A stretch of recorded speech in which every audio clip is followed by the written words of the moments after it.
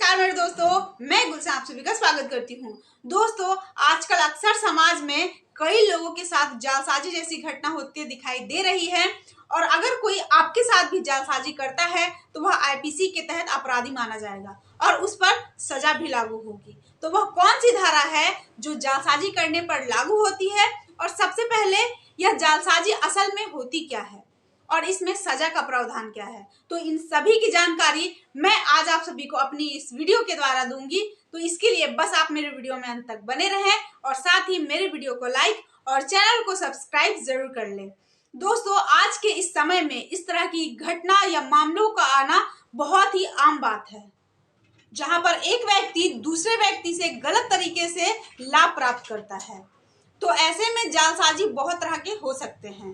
हमारी यह जो भारतीय दंड संहिता है यानी कि आईपीसी, यह हम नागरिकों को कई तरह के अपराध से बचाता है और उन्हीं में से एक अपराध है जालसाजी के अपराध। तो सबसे पहले मैं आप सभी को बताऊंगी कि जालसाजी का अर्थ क्या होता है। जालसाजी, जिसे अंग्रेजी में फोर्जरी कहते हैं, जालसाजी से तात्पर्य किसी अन्य व्यक्ति के प्रिजुडिस यानी कि पूर्वाग्रह के लिए झूठे तरीके से signature, stamp, document, register, electronic record या डीड आदि के निर्माण, जोड़ या फिर परिवर्तन से। यह धोखाधड़ी करने का एक कार्य है जो छल के इरादे से उत्प्रेरित होता है। जालसाजी के इस मामले में विचाराधीन उपकरणों को इस तरह से बदल दिया जाता है कि अगर इसे वास्तविक रूप से पास कर दिया जाए तो कानूनी रूप से इसका मूल्य होगा या फिर कानूनी दायित्व जो है इस पर स्थापित होगा।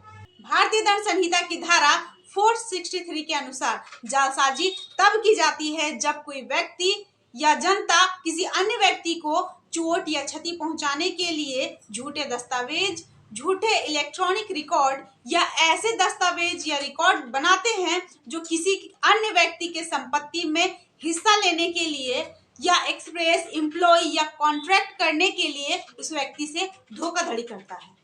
अब मैं आप सभी को कुछ ऐसे डॉक्यूमेंट के बारे में बताऊंगी जिसके साथ अक्सर फोर्जरी होते हैं। वसीयत, डीड, पेटेंट, चेक, पहचान दस्तावेज, चिकित्सा नुस्खे, कॉन्ट्रैक्ट इत्यादि। तो जालसाजी करने पर भारतीय दंड संहिता 1860 की धारा 463 और 467 के तहत कार्रवाई की जाती है।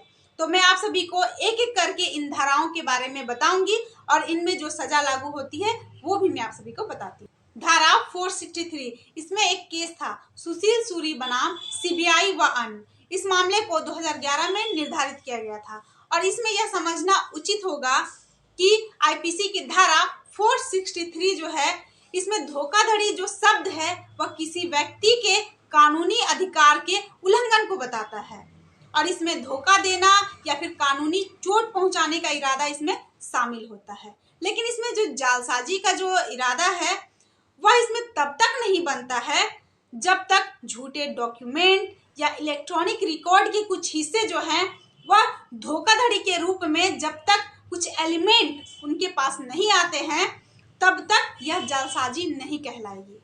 तो वह कौन कौन से एलिमेंट होते हैं वो मैं आप सभी को बताती हूँ। फर्स्ट, डॉक्यूमेंट या फिर इलेक्ट्रॉनिक रिकॉर्ड या उसका हिस्सा जो है वो वास्तव में झूठा होना चाहिए। सेकेंड, ऐसा कोई डॉक्यूमेंट या फिर इलेक्ट्रॉनिक रिकॉर्ड या फिर कोई भी ऐसा हिस्सा बेईमानी से या फिर कपट पूर्वक से बनाया जाना चाहिए। थर्ड, झूठे डॉक्यूमेंट या इलेक्ट्रॉनिक रिकॉर्ड या फिर कोई भी हिस्से का निर्माण इन इरादों से किया जाना चाहिए। ए, किसी भी जनता या व्यक्ति के विरुद्ध चोट या फिर खतरा पैदा करना। बी, किसी भी व्यक्ति को उसके संपत्ति से अलग करना। सी, किसी भी दावे या शीर्षक का समर्थन करना। डी, धोखाधड़ी करना। तो अब मैं आप सभी को बताती हूँ कि आईपीसी की धारा 463 के तहत इसमें सजा का प्रावधान क्या है।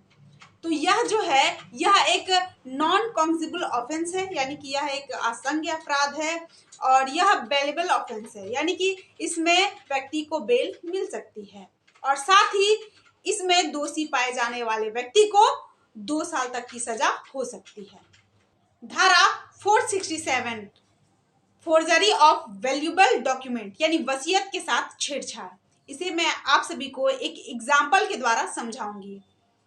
पिता के 3 बेटे थे उसमें से सबसे छोटे वाले बेटे का पिता के प्रति व्यवहार बहुत अच्छा था और साथ ही वह पिता की देखभाल भी करता था। बाकी दोनों बेटे उस तरह से पिता की देखभाल नहीं करते थे। यही कारण थी कि पिता ने उस छोटे वाले बेटे के नाम पर वसीयत बनाई और उसके नाम पर ही जमीन और जायदाद कर दिया। लेकिन उनके पिता के गुजर जाने के बाद उन दोनों बेटों ने वसीयत की जाली वसीयत बनवाई और वह उससे लाभ लेना चाहते थे, इसलिए उस छोटे वाले बेटे का नाम उससे हटा दिया और सारे जायदाद और जमीन जो है वह अपने नाम कर लिया। तो ऐसे में आईपीसी की धारा 467 के तहत यह जालसाजी का एक बढ़ा हुआ रूप होता है और ऐसे में दोषी पाए जाने पर व्यक्ति को अपराधी माना जाता है। लेकिन इसमें भी कुछ ऐसे एलिमेंट है जो मैं आप सभी को बताती हूँ। फर्स्ट, कोई भी डॉक्यूमेंट या कानूनी साधन जो जाली हो। सेकेंड, ऐसा डॉक्यूमेंट बनाना जो कानूनी साधन के द्वारा किसी भी व्यक्ति को उसे अधिकार देता हो। थर्ड, बरी करने के लिए या फिर रसीद के लिए। अब मैं आप सभी को बताती हूँ कि इसमें सजा का प्रावधान क्या है। तो आईपीसी की धारा 467 के तहत इसमें दोषी पाए जाने वाले व्यक्ति को 10 साल से लेकर उम्र कैद तक की सजा हो सकती है और साथ ही यह एक कॉग्निजेबल ऑफेंस यानी कि संज्ञेय अपराध होती है और यह एक नॉन बेलेबल ऑफेंस यानी इसमें बेल नहीं मिल सकती है। तो आज के लिए बस इतना ही। उम्मीद है कि मेरी यह वीडियो आप सभी के लिए यूजफुल साबित होगी। धन्यवाद। जय हिंद, जय भारत।